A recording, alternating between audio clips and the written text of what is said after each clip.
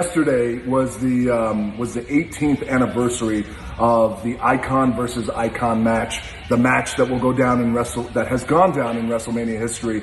The match between myself and the immortal Hulk Hogan.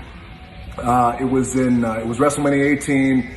Your question was how I felt about that match and was there any backstory to it. There is some backstory to it, and I'll tell you, first of all, I love the match. And, the backstory is I think it was about 6 months before that match happened. Vince McMahon came to me, of course, the chairman of WWE. He came to me and he said, "How do you feel about bringing Hulk Hogan back?"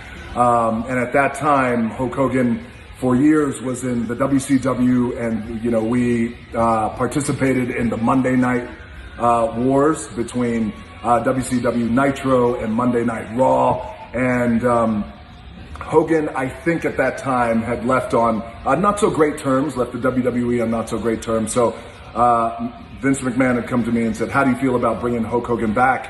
And I said, "Well, how does the locker room feel?" And he goes, "Well, I've talked to a few of the locker room leaders, and it's mixed." And I said, "Well, I love it. I love the idea. I think having him back is intriguing, and very selfishly, I'd like to wrestle him." And Vince said, "Well, it's funny you say that because I have a match in mind, you versus Hulk Hogan at WrestleMania." And I loved it. Immediately, I saw the marquee, I saw the build-up, I saw the promotion, and I just saw the intrigue from the fans, because this is a match that you never thought you would see. It's like, Tyson versus Ali. You never thought you would see that.